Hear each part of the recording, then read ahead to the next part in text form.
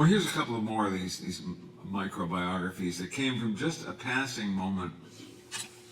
I was in Vermont, and I was doing a school program, doesn't matter what, and I was coming back, and if you've driven back from West Central Vermont to here, you know, it's, you know, you go east for a little while, you go north over 2 mountains, you go south, you got to go back west a little, loop around. It's a long drive.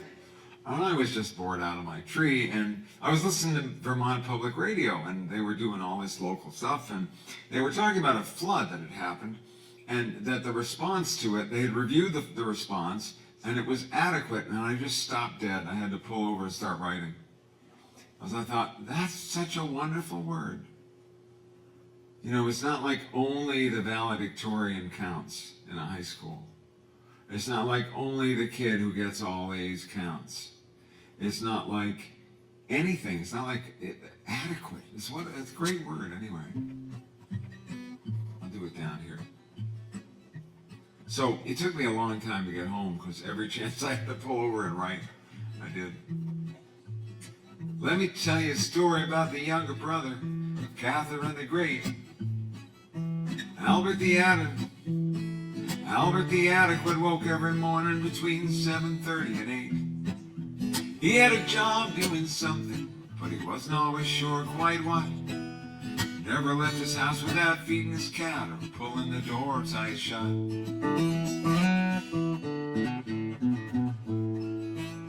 He had a few quiet little hobbies. He wasn't much of a leader, I guess. But when anyone asked for help, Albert always answered yes. If he said he'd do something, you could count on him. He would show up with his crooked little grin.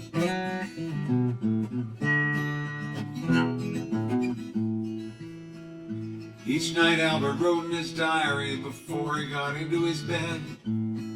Wrote down all the thoughts that were running round in his head. What he'd done that day and what he'd heard and seen. Then he'd drift off into his very private dreams.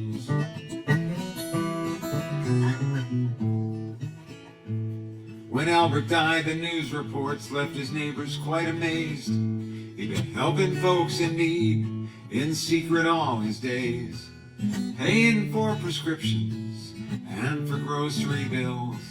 All he told the stores was never tell.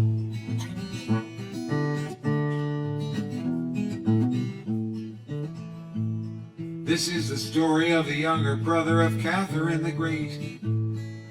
Albert the Adequate never needed to eat off a silver plate. His headstone had his epitaph with flowers carved around it. He tried to leave this world a little better than he found it. He tried to leave this world a little better than he found it.